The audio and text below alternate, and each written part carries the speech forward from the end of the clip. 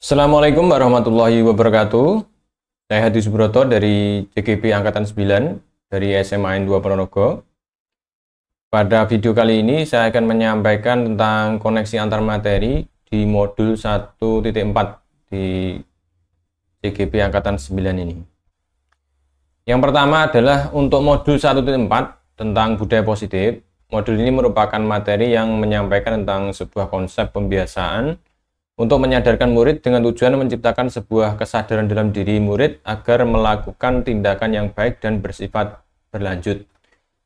Jadi dalam modul budaya positif ini terutama adalah menciptakan suatu kesadaran diri dari seorang murid yang mengutamakan untuk dari kebiasaan positif atau bersumber dari diri sendiri dan tidak bersumber dari eksternal. Modul 1.4 budaya positif ini terdiri dari disiplin positif dan nilai-nilai kebijakan universal, kemudian teori motivasi, hukuman penghargaan, restitusi, kemudian keyakinan kelas, kebutuhan dasar manusia, restitusi, dan juga praktek segitiga restitusi. Kemudian Dr. William Glasser itu menyatakan bahwa kita itu tidak bisa mengontrol orang lain. Kita hanya dapat mengontrol diri kita sendiri. Jadi dalam arti adalah orang lain itu di luar kendali kita. Yang bisa mengendalikan diri kita ya kita sendiri. Sehingga dalam hal ini ketika kita berpikir sebagai seorang murid, kemudian kita ini sebagai guru ya. Kita sebagai guru, kemudian kita berpikir bahwa kita itu bisa mengendalikan mereka, itu berarti tidak sepenuhnya benar. Karena yang bisa mengendalikan siswa itu ya diri mereka sendiri. Berarti yang harus kita lakukan ini sebenarnya adalah lebih kepada bagaimana biar mereka itu lebih sadar, kemudian mereka bisa mengarahkan diri mereka sendiri ke arah yang lebih positif. Jadi lebih kepada kesadaran diri. Jadi disiplin positif itu bersumber dari disiplin yang dilakukan dengan motivasi dalam diri sendiri atau motivasi intrinsik. Kemudian di modul 1.4 tentang budaya positif ini memiliki keterkaitan ya atau benang merah mulai dari modul 1.1 kemarin sampai dengan modul 1.4 ini. Nah, benang merahnya adalah sebagai berikut. Jadi yang pertama di filosofi pendidikan nasional Ki Hajar Dewantara itu menekankan pentingnya pendidikan yang berpusat pada murid. Kemudian dibahas juga tentang kodrat alam dan kodrat zaman. Jadi kita lebih kepada seorang petani yang mengembangkan murid itu sesuai dengan bibit. Nah, dalam hal ini kan berarti filosofi KHD itu mengutamakan pemikiran kepada murid dan berpusat kepada murid. Sehingga kita harus bisa menciptakan lingkungan belajar yang bersifat pada murid, di mana murid merasa dihargai dan diberdayakan. Jadi kita mengembangkan layaknya tanaman supaya mereka tumbuh sesuai dengan bibit mereka sendiri. Kemudian di nilai dan peran guru penggerak itu menekankan pentingnya guru sebagai pemimpin pembelajaran. Budaya positif dapat membantu guru untuk menjadi pemimpin belajar yang efektif, juga guru yang berpihak dan berpusat kepada murid yang berkaitan dengan filosofi KHD tadi. Jadi pertama, kedua seperti itu. Kemudian di bagian visi guru penggerak itu adalah mewujudkan profil pelajar Pancasila. Budaya positif dapat membantu mewujudkan profil pelajar Pancasila. Selain itu ketika kegiatan PI2 ya atau kegiatan ketika penjabaran visi, kemudian Bagja dan Prakasar Perubahan itu disebutkan bahwa kegiatannya kita bersama-sama dengan guru dalam sekolah itu untuk menelusuri sebenarnya kita itu memiliki impian murid yang seperti apa. Berarti itu kan kita berfokusnya kan ke murid yang seperti apa, berarti kita harus berpusat kepada murid dan menciptakan sebuah budaya positif yang baik, sehingga kita sebagai guru dan warga sekolah dan secara umumnya itu memiliki visi ya, visi yang bisa menggerakkan murid untuk sesuai dengan visi dari sekolah. Pertanyaan pemantik pertama adalah sejauh mana pemahaman Anda tentang konsep-konsep yang menarik menurut Kon bahwa memberi penghargaan itu bukanlah hal yang baik karena hanya bersifat jangka pendek. Pengalaman saya kaitannya dengan budaya positif adalah tentang segitiga restitusi, yakni ketika saya menghadapi atau mencari solusi untuk anak-anak yang melanggar peraturan sekolah atau bermasalah secara umum. Namun demikian memang yang saya alami di sini tidak persis sama dengan segitiga restitusi karena sebelumnya saya belum mengetahui atau belum paham tentang segitiga restitusi. Jadi budaya positif yang pernah saya lakukan adalah saya menggali bagaimana biar siswa itu mau menceritakannya atau bagaimana biar mereka menyampaikan alasan-alasannya. Jadi saya yang pertama itu harus memposisikan sebagai mereka. Setelah saya memposisikan sebagai mereka atau sebagai teman, maka mereka biasanya akan mau menyampaikan alasan. Karena apa yang dilakukan siswa itu pasti memiliki alasannya. Jadi yang pernah saya lakukan adalah kaitannya dengan konsep segitiga restitusi. Kemudian pertanyaan pemantik keempat, bagaimana perasaan Anda ketika mengalami hal-hal tersebut?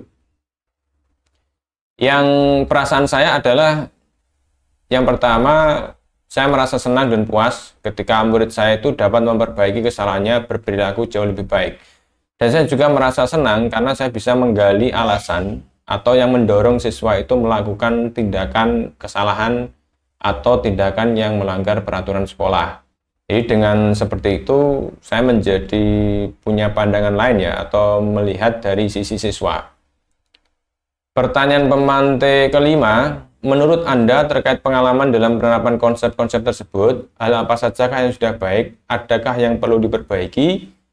Secara umum sudah baik, tetapi yang perlu diperbaiki tentunya karena saya belum tahu ya, atau belum belajar tentang segitiga restitusi, maka pada waktu itu saya hanya menerapkan sesuai dengan apa yang saya tahu, atau sesuai dengan rencana saya saja. Jadi langkah-langkah saya itu loncat-loncat ya, atau terlewati dan sebagainya.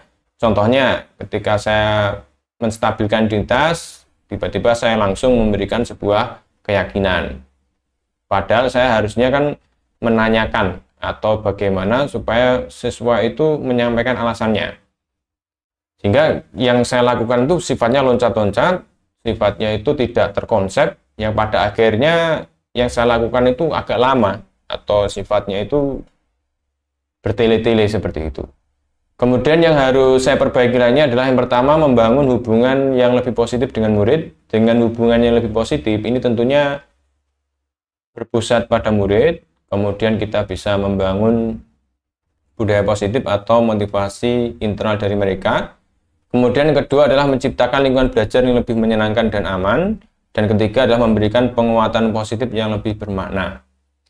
Pertanyaan pemantik ke-6, sebelum mempelajari modul ini, ketika berinteraksi dengan murid, berdasarkan 5 posisi kontrol, posisi manakah yang paling sering Anda pakai dan bagaimana perasaan Anda itu setelah mempelajari modul ini, posisi apa yang Anda pakai dan bagaimana perasaan Anda sekarang, apa perbedaannya. Sebelum mempelajari modul ini, posisi kontrol yang paling sering saya lakukan adalah posisi kontrol 2 ya, atau membuat merasa bersalah. Jadi saya merasa bahwa dengan mengatakan sesuatu yang membuat murid merasa bersalah itu cara yang efektif untuk mengendalikan perilaku murid. Jadi yang saya lakukan biasanya adalah menyindir ya, menyindir atau menyampaikan suatu fakta-fakta yang murid lakukan yang menunjukkan bahwa murid itu bersalah. Dan tujuan saya adalah supaya murid itu merasa bersalah, sadar dengan kesalahannya, kemudian mereka tidak mengulangi. Tapi yang terjadi sebenarnya adalah ketika murid bersalah, itu sebenarnya sudah terjadi energi negatif yang mereka rasakan, sehingga belum tentu mereka itu memperbaiki karena kesadaran dirinya, tapi mungkin memperbaikinya karena terpaksa. Atau yang kedua, kalau terus-terusan mereka merasa bersalah, itu pada akhirnya menciptakan ketidakpercayaan diri dan lainnya. Tapi setelah mempelajari modul 1.4 budaya positif, ini saya ingin atau saya mulai untuk menggunakan posisi kontrol yang lebih positif, yakni seorang manajer. Jadi saya merasa bahwa posisi kontrol yang lebih positif dapat membantu murid untuk belajar dan berkembang. Dengan posisi manajer ini lebih kepada mengelola, bukan membuat murid itu bersalah. Pertanyaan pemantik ke-7, sebelum mempelajari modul ini, pernahkah Anda menerapkan segitiga restitusi ketika menghadapi permasalahan murid Anda? Jika iya, tahap mana yang Anda praktekkan dan bagaimana Anda mempraktekannya? Jadi selama saya menjadi guru dan wali kelas itu ada beberapa yang sudah saya terapkan untuk segitiga restitusi, walaupun memang urutannya terkadang berbeda dengan modul yang barusan saya pelajari. Jadi yang pernah saya praktekkan itu adalah ketika ada seorang anak itu bernama Farel, itu pada hari Jumat. Biasanya di sekolah saya hari Jumat atau sholat Jumat itu adalah bagian dari pembiasaan positif untuk siswa. Dan setiap menjelang sholat Jumat itu untuk gerbang sekolah itu sudah ditutup. Kemudian guru lain lapor kepada saya atau memberitahu saya bahwa yang Farel sama seorang anak namanya Bim itu mau loncat ya, atau apa ya, mau kabur dari sekolah. Itu loncat tembok seperti itu, kemudian ketahuan guru, dan mereka diberi hukuman oleh tata tertib.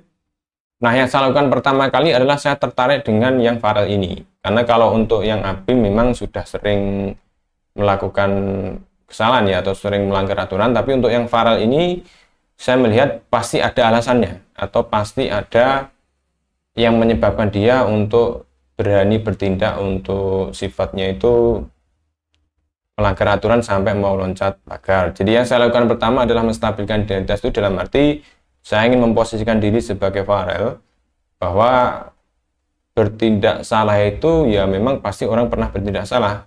Apalagi yang Farel itu yang saya tahu baru kali itu. Yang namanya Farel itu melakukan kesalahan. Sehingga saya memposisikan ya setiap orang pasti pernah melakukan kesalahan. Kemudian saya menggali alasannya Farel itu seperti apa. Saya sangat penasaran mengapa dia sampai mau keluar sekolah atau sampai loncat, sampai nekat seperti itu, pasti ada alasannya. Dan akhirnya saya tahu bahwa dia itu loncat karena ajakan temannya yang satunya tadi. Yang kedua adalah mengapa kok dia itu sangat mau, atau istilahnya kok mengikuti temannya tadi itu kok sampai seperti itu. Ternyata ya ada faktor kedekatan mereka itu di luar sekolah, kaitannya dengan sering kegiatan ngopi. Kemudian ada faktor karena oleh temannya yang Abim tadi ketika ngopi itu sering ditraktir dan sebagainya. Jadi Farel itu merasa berutang budi dan sebagainya, sungkan, sehingga apa yang diminta oleh Abim maka dia ikut. Itu yang pernah saya alami. Walaupun memang untuk tahapnya yang bagian ketiga, yang bagian untuk keyakinan itu belum sepenuhnya lengkap. Pertanyaan pemantik ke-8, selain konsep-konsep disampaikan dalam modul ini, adakah hal yang menurut Anda penting untuk dipelajari dan proses menciptakan budaya positif baik di lingkungan kelas maupun sekolah? Selain konsep-konsep yang disampaikan modul 1.4, saya juga merasa penting untuk mendalami keterampilan komunikasi yang efektif dengan siswa, dengan guru, dan warga sekolah. Karena dengan komunikasi yang efektif itu akan menciptakan hubungan yang baik dan akhirnya bisa menciptakan juga untuk siswa yakni budaya positif kaitannya dengan motivasi internal atau intrinsik. Kemudian keterampilan manajemen kelas dalam mengatur kelas sehingga saya bisa menciptakan pembelajaran yang berpusat kepada siswa. Keterampilan penyelesaian konflik dalam menciptakan budaya positif yakni dalam segitiga restitusi, sehingga dari konflik, kesalahan siswa, pelanggaran peraturan itu saya bisa lebih baik dalam menyelesaikannya, terutama dengan segitiga restitusi. Kemudian menurut saya juga yang perlu ditambahkan adalah tentang bagaimana menciptakan suasana belajar yang membuat siswa itu fokus. Karena di era sekarang sebenarnya era di mana kita sangat mudah untuk bisa belajar. Sumber belajar itu berserakan di mana-mana. Kemudian siswa juga dari segi sumber daya manusianya, kemudian fasilitas, dukungan orang tua itu sangat baik. Tapi permasalahan di era sekarang itu adalah tentang fokus. Karena di era sekarang itu sangat mudah untuk terdistraksi atau sangat terganggu dengan hal yang lain. Sehingga siswa itu tidak bisa fokus, mudah terdistraksi media sosial dan lainnya, sehingga hasil belajarnya tidak maksimal. Jadi bagaimana guru harus menciptakan atau harus mengarahkan siswa supaya mereka itu bisa fokus untuk tujuan mereka, fokus dengan belajar, dan juga fokus kaitannya dengan menciptakan kesadaran mereka sendiri menghadapi di era sekarang yang memang banyak sekali untuk distraksi. Demikian untuk koneksi antar materi modul 1.4 modul guru penggerak. Terima kasih sudah menyimak. Salam guru penggerak.